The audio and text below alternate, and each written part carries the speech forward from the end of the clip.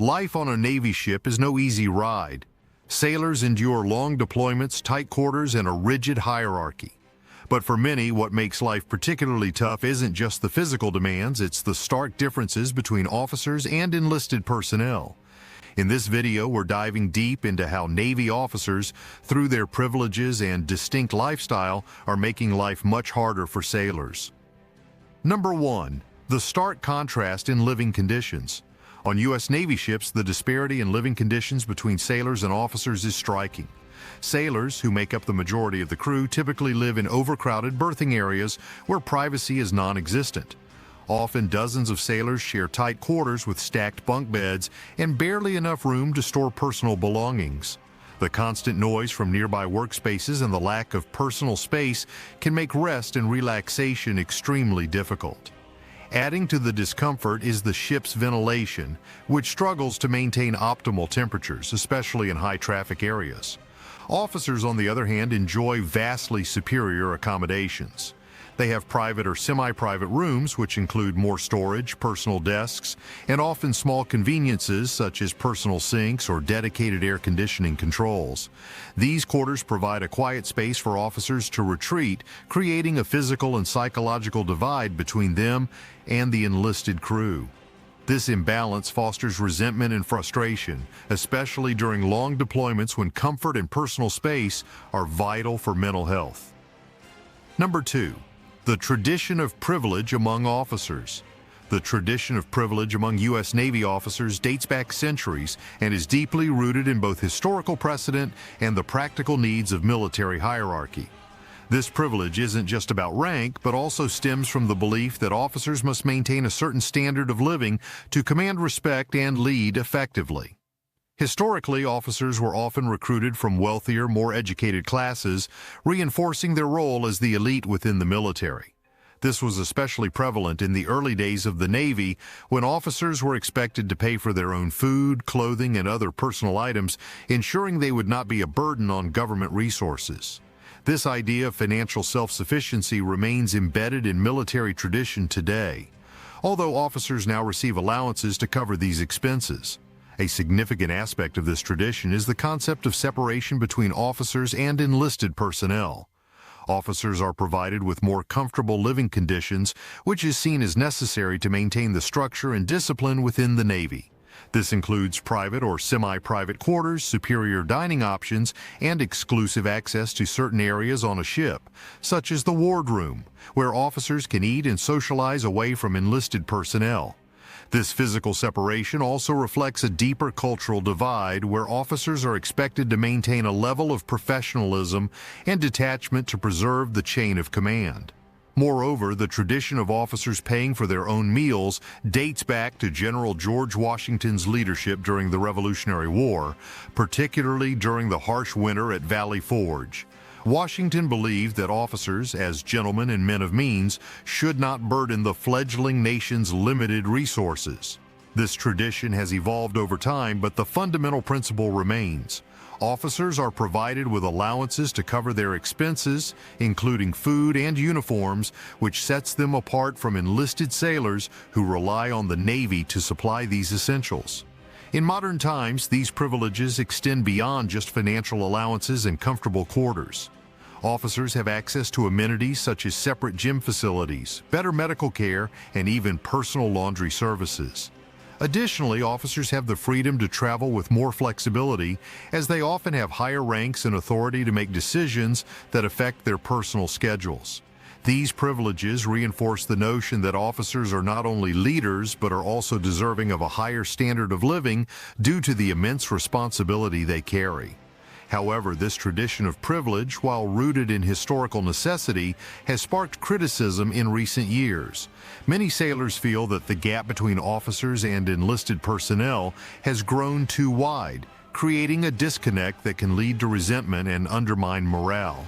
In response, some have called for reforms to bridge this divide, arguing that while the separation of duties is essential, the disparity in living conditions and privileges could be modernized to better reflect the realities of today's Navy, where teamwork and unity are critical to operational success. Number 3. Food and dining disparities. On U.S. Navy ships, one of the most visible and felt disparities between officers and enlisted sailors lies in the realm of food and dining. While the entire crew relies on ship-prepared meals to sustain them during long deployments, the quality and environment in which these meals are served differ significantly between ranks. Sailors typically eat in the general mess, also known as the galley, where food is prepared in bulk to serve large numbers of people. The menu here is functional, focusing on basic nutrition and cost efficiency. Due to the volume and logistical challenges of feeding hundreds or even thousands of sailors, the meals can be repetitive and the quality varies depending on available resources and the skill of the cooks. For sailors, dining is more about necessity than enjoyment. The environment in the general mess is often loud, crowded, and rushed. Sailors have limited time to eat before their next shift begins, which can lead to a cafeteria-like experience where the focus is on getting in and out quickly. There is minimal opportunity for personalization of meals, and dietary restrictions or preferences are typically addressed in a one-size-fits-all manner. In stark contrast, officers dine in the wardroom, an exclusive dining area that offers a more comfortable and relaxed atmosphere. The officers' mess is overseen by dedicated stewards and chefs, allowing for higher quality meals with more diverse and sometimes gourmet options. Officers have greater flexibility in choosing what they eat, and their meals often include fresher ingredients, better preparation, and more varied menus. This distinction is seen not only in the quality of food, but in the presentation and overall experience of dining. Officers sit at tables covered with tablecloths, enjoying a quieter, more refined environment where they can socialize or even conduct informal meetings during meals. Another critical difference lies in the fact that officers traditionally pay for their meals, a practice rooted in historical military customs. Although they pay out of pocket, their food is generally considered of higher quality, and they often have more control over their meal choices. This further enforces the separation between ranks, as it creates a distinct culinary divide that highlights the privilege of officers over enlisted sailors. Additionally, officers can enjoy special meals during certain occasions, such as themed dinners or meals featuring higher-end ingredients like steaks or seafood, which are rarely, if ever, served in the enlisted galley. This difference in food quality and dining experience reflects the broader structure of military hierarchy. While it is often justified by the need for separation to maintain discipline, the disparity can lead to feelings of inequality among the crew. Sailors, who often work grueling hours and perform the physical labor necessary to keep the ship running, may find it demoralizing to receive lower quality meals while officers dine in relative comfort. This gap can also contribute to a sense of detachment between officers and enlisted personnel, reinforcing the social and professional barriers that already exist on a ship. Number 4. The emotional and psychological toll on sailors. The emotional and psychological toll on sailors in the U.S. Navy is a significant and often overlooked consequence of life at sea. Long deployments, isolation from family, lack of personal space, and the rigid hierarchical structure can deeply impact sailors' mental well-being. One of the primary stressors for sailors is the prolonged separation from their loved ones. Deployments can last months, and sailors often miss important family events, holidays, and milestones, which leads to a sense of disconnection from their lives back home. This emotional strain can build up over time, contributing to feelings of loneliness, anxiety, and depression. The lack of privacy on board exacerbates this situation. Sailors live in shared berthing areas with limited personal space. Constant exposure to noise, the close proximity of others, and the inability to retreat to a quiet space for solitude can take a mental toll. This crowded environment offers little room for relaxation, which is crucial for mental recovery after long working hours. Sailors often find themselves mentally exhausted with no place to decompress. The inability to escape the constant pressures of life aboard a ship can lead to high levels of stress and burnout. Additionally, the strict military hierarchy adds another layer of psychological strain. Sailors are expected to follow orders without question, which can lead to a sense of powerlessness, especially when dealing with officers who may be disconnected from the realities of enlisted life. This imbalance in authority can foster frustration and resentment, especially when sailors feel that their efforts are underappreciated or their concerns are dismissed. The emotional divide between officers and enlisted personnel contributes to this frustration, as officers generally have better living conditions and more privileges, reinforcing feelings of inequality and inferiority. Moreover, the relentless pace of work at sea leaves little time for sailors to address their mental health. Ships often operate in high-stress environments where sailors are required to work long hours with little rest. This can lead to chronic fatigue, which further deteriorates mental well-being. Sleep deprivation combined with physical exhaustion often results in heightened emotional sensitivity, making sailors more vulnerable to stress-related issues. For many sailors, the only support system available is their fellow crew members. While camaraderie is a strength of Navy life, it can also place undue emotional burdens on sailors. They may feel pressured to suppress their emotions to maintain the appearance of resilience, further compounding the psychological strain. The Navy provides limited access to mental health resources while at sea, and the stigma associated with seeking psychological help can prevent sailors from reaching out for the support they need. Number 5. The role of hierarchy in maintaining order. In the U.S. Navy, hierarchy plays an essential role in maintaining order and discipline, ensuring the smooth functioning of the ship and its operations. The chain of command, a strict hierarchical structure, helps define roles, responsibilities, and authority. This system is critical in a high-pressure environment where decisions must be made quickly and actions executed efficiently. Every sailor and officer knows their place in this structure, which allows for clear communication and accountability. The primary reason for maintaining such a strict hierarchy is to ensure operational efficiency and control. On a Navy ship where hundreds or even thousands of personnel work in close quarters, chaos can easily arise without clear leadership. The hierarchy ensures that orders flow from the commanding officers down to the enlisted ranks without confusion. This clear chain of authority is especially important during emergencies or combat situations, where hesitation or miscommunication can have life-threatening consequences. At the top of this structure are the commanding officers, who are responsible for the overall direction and safety of the ship. Their authority must be absolute as they make critical decisions on everything from navigation to combat strategies. These officers are expected to maintain a level of detachment from the enlisted personnel, reinforcing their leadership role and ensuring that they can command without bias or emotional interference. Mid-level officers, such as lieutenants and chief petty officers, serve as the bridge between the enlisted sailors and higher-ranking officers. These mid-level leaders ensure that orders are understood and carried out while also managing the day-to-day operations of their specific departments. They often have the most direct contact with enlisted sailors, and their leadership is crucial in maintaining morale and discipline. However, this middle tier of leadership must balance enforcing strict military discipline with understanding the personal and professional challenges their subordinates face. For enlisted sailors, the hierarchy can sometimes feel rigid and impersonal, but it is designed to foster discipline, prevent insubordination, and maintain a sense of order in an inherently hierarchical system. Sailors must obey commands from those above them without question, which can foster a sense of frustration or powerlessness, especially when it feels like their voices or concerns are not heard. However, this level of discipline is essential to the Navy's success, ensuring that operations continue smoothly even in the most challenging conditions.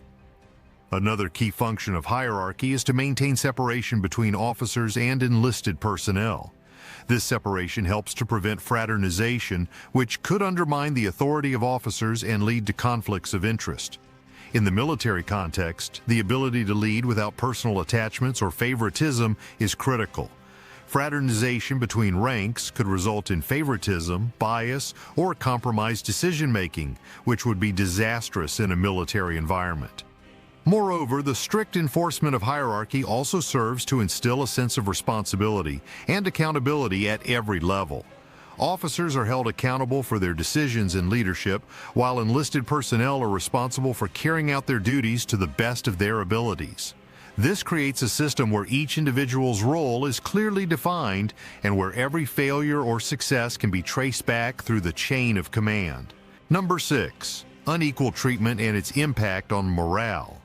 Unequal treatment between officers and enlisted personnel in the U.S. Navy is a key factor that heavily influences morale, often in ways that can damage the overall effectiveness of the crew.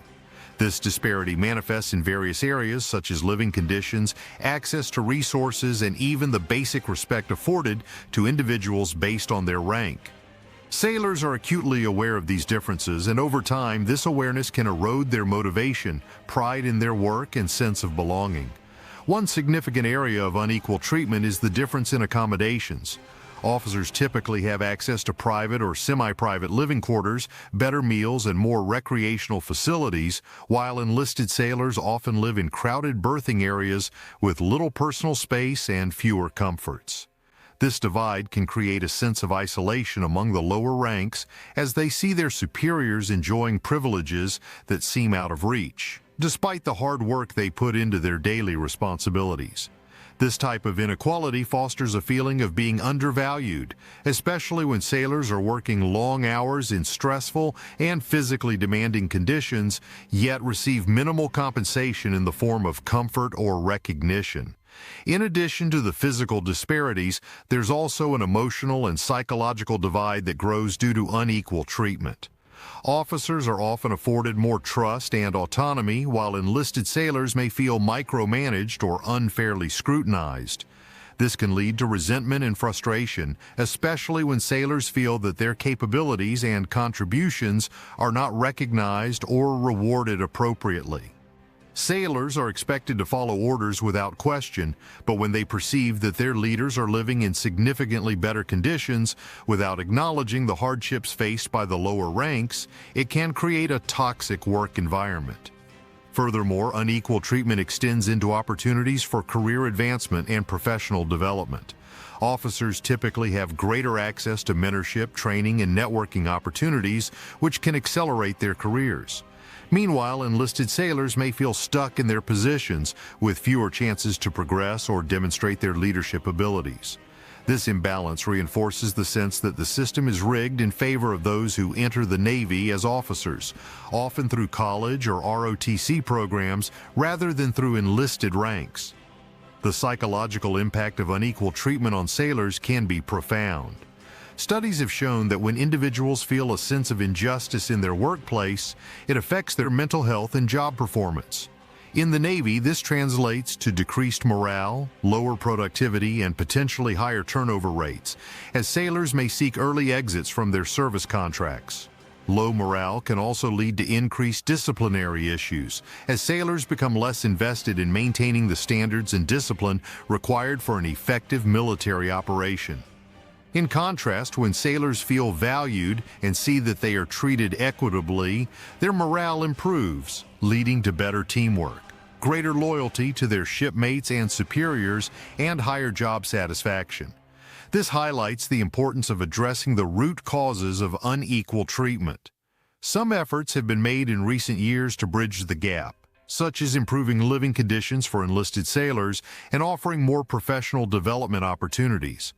But these changes are often slow and met with resistance due to long-standing traditions. Number 7. Calls for change and modernization. Calls for change and modernization in the U.S. Navy have gained momentum in recent years, driven by both internal dissatisfaction and external pressures. The Navy, traditionally bound by strict hierarchies and long-standing customs, is facing growing demands to address issues of inequality, outdated practices, and the mental health toll on sailors. These calls for reform touch every aspect of naval life, from improving living conditions for enlisted personnel to overhauling the way leadership interacts with lower ranks. One key area of focus is the modernization of living conditions for enlisted sailors. Current Navy berthing facilities on ships are cramped, noisy, and outdated, with little space for personal privacy or comfort. Sailors often find themselves living in communal spaces with dozens of others, sharing minimal amenities. This has prompted calls for more humane accommodations that allow sailors better rest and personal space, crucial for maintaining mental health during long deployments. Some ships have begun experimenting with reconfigurations that give sailors more privacy, including quieter sleeping areas and updated berthing designs, but these changes are not yet widespread across the fleet. In addition to living conditions, there are increasing demands for a shift in the cultural mindset within the Navy. Sailors have long voiced frustrations about the rigidity of the chain of command and the perception that their concerns are not heard by leadership. This has led to efforts to bridge the communication gap between officers and enlisted personnel. Some propose new leadership training programs that focus on emotional intelligence and interpersonal skills, helping officers better understand and support the sailors under their command. These programs aim to foster a more inclusive culture where sailors feel their voices matter, creating a healthier work environment. Another significant push for modernization is the focus on mental health services and support for sailors. Historically, mental health in the military has been stigmatized, with sailors often reluctant to seek help due to fear of career repercussions. The Navy is now under pressure to not only provide more accessible mental health services, but also to destigmatize seeking help. Initiatives such as telehealth services, increased onboard counseling availability, and more frequent mental health checks are being explored as ways to address the growing need for psychological support among sailors. These changes are vital considering the high-stress environments sailors operate in and the long-term effects on their well-being. Calls for modernization also extend to the Navy's broader approach to gender and diversity. As the Navy becomes more diverse, there's a recognition that its policies must evolve to reflect this shift. Sailors and officers alike have called for updated policies around gender inclusivity, sexual harassment prevention, and diversity in leadership.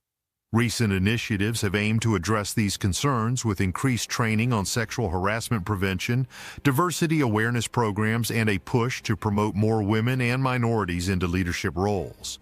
However, critics argue that more needs to be done to ensure these policies lead to real, lasting cultural changes.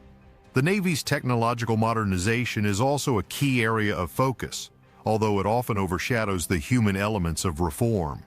As new ships and technologies are introduced, the Navy is faced with the challenge of training its personnel to operate in an increasingly digital and automated environment. This includes upgrading training programs to focus more on cyber warfare, advanced engineering, and new forms of communication and surveillance.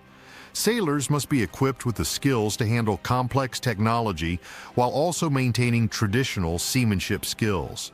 However, there are concerns that this focus on technology could come at the expense of addressing the everyday quality of life issues that sailors face.